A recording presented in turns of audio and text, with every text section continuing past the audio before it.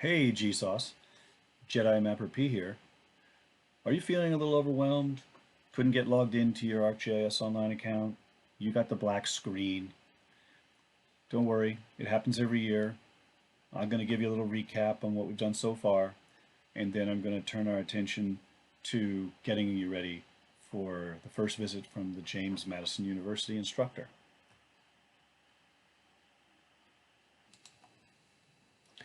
Skills Katherine wants you to know before she visits. Well, first, who is Katherine? Katherine is Katherine Kiernan. She's an instructor from JMU. She will visit us twice a quarter about, maybe less, maybe more, kind of depends. And she has a couple skills that she wants us to know before her first visit. We're going to go into filtering data, changing the style and symbology of data, how to display it different ways, adding data layers, and documenting and saving a map. Okay?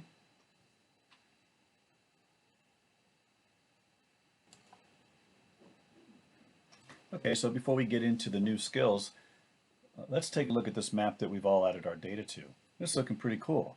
You can see that people have been to a lot. Holy cow, oh wait a minute. Somebody wants to go to Greenland. All right, so we have all of our points on here. If you can click on some of these, you probably get them to pop up and give you some information. So what I want to do is just review this for anybody who didn't have this opportunity or couldn't get their computer working.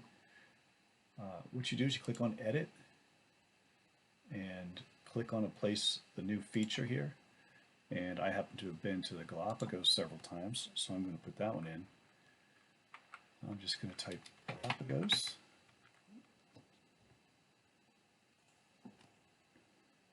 Here we are. I'm going to zoom in closer. Don't need this little locator anymore. And since I'm in Edit and I've clicked this little box right here at the point, I can click on this volcano. This happens to be Alcedo volcano. Oops. Turn that back on. There we go.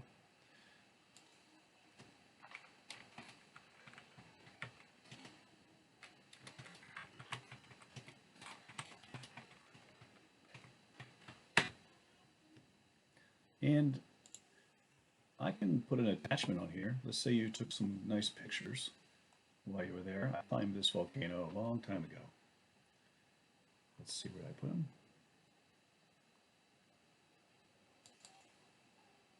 Here it is. So when you add a point here, you can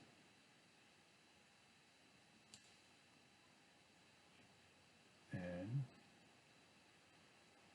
we've already done this, so here we go. Now it turns into a star. I click on this, you can see the pop-up, and you can get your picture. Giant tortoises on the rim of the volcano. So that's the skill that everybody should be able to do at this point.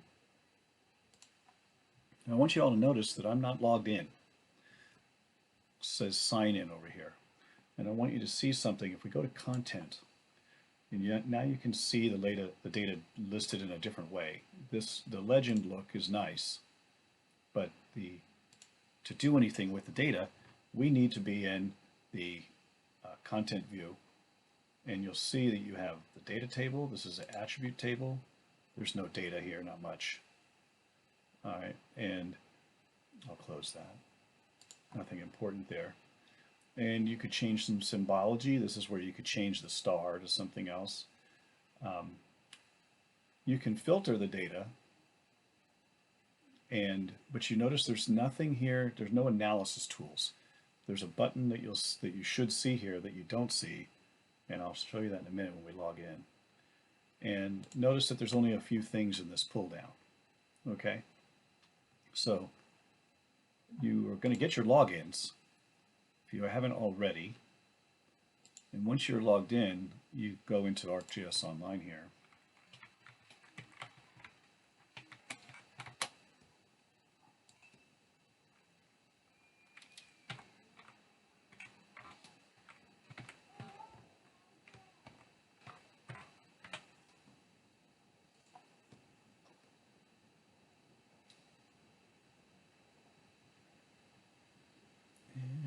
I'll just save them out.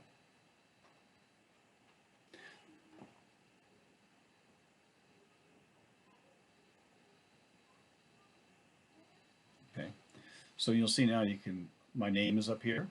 I'm logged in, and you'll see that now there is a perform analysis tool. And you have all these different tools. You can summarize data, aggregate, join features. These are all things that make no sense to you right now. That's why you're taking this class. And finding locations, creating view sheds and watersheds, trace downstream, data enrichment, and analyze patterns. This is like heat maps, weather maps, things like that, concentrations. This is a powerful tool right here. And using proximity means like finding things within borders or close, within 5 miles of a point, things like that. You know, this is how you say, find me a Starbucks within 5 miles. You can do that. Okay, and managing data. This is more about like how to manipulate the data, to chunk it or break it up the way you want to. And that's what the course is about, learning how to use most of these tools. Okay, so that is all that you guys have missed if you haven't logged in and gotten your account set up. And now we're going to do something a little different.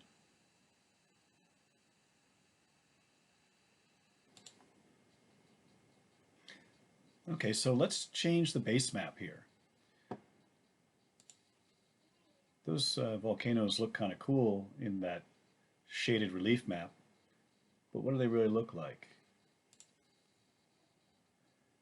We can add our imagery. Maybe I'll change it to imagery and labels. Here we go.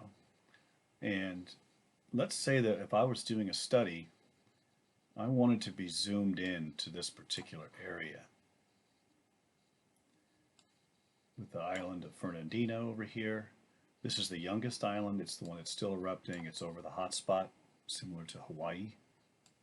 Here's Alcedo with the giant tortoises living inside the crater.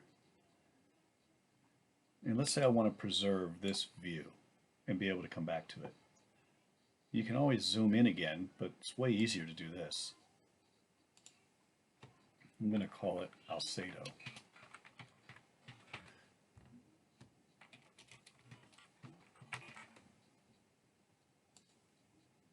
Oops. Don't need another one. Okay. So what does this do? Let's say I was working over here in South America for a bit, and I want to go back. But I'll say, just take me there. Well, that's a nice little tool to know because we end up moving around in our maps a lot, and we have to then hunt and peck, get our way back. But not if you have a bookmark. By the way, these bookmarks are not like a bookmark in the internet. These are spatial bookmarks. So it's an X, Y, and a Z value. So that means it's three-dimensional. So we're literally marking as if we were in a satellite. We've marked the location that we are hovering above the Earth.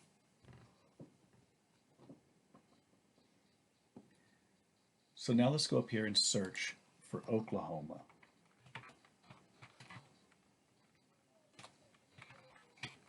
Oklahoma, USA. Here we go. And I'm going to show you add some data. Go to the add button, search for layers. And this is where some people get confused because it's going to take you to my content. And my content's filled with stuff. It's stuff I have to throw away. But you're not going to find anything there. You don't have anything that you've made yet. So you're going to go down to ArcGIS Online.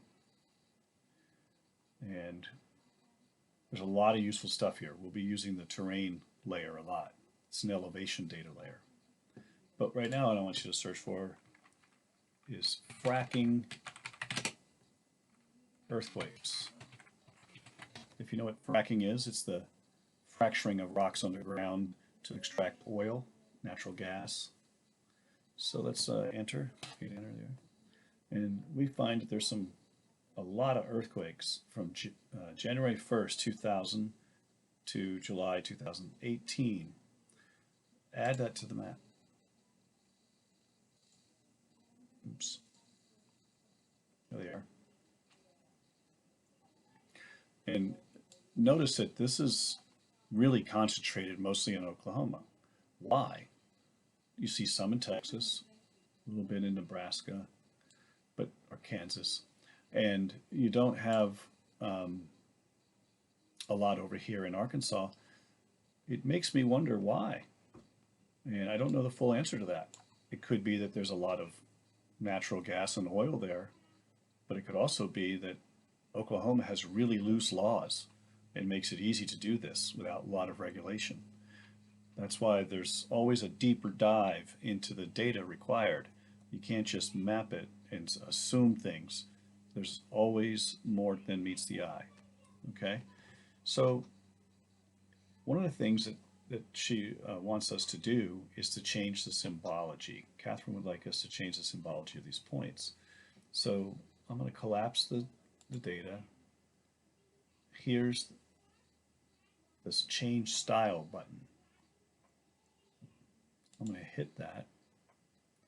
And instead of just showing the location of the earthquakes, I'm going to change this to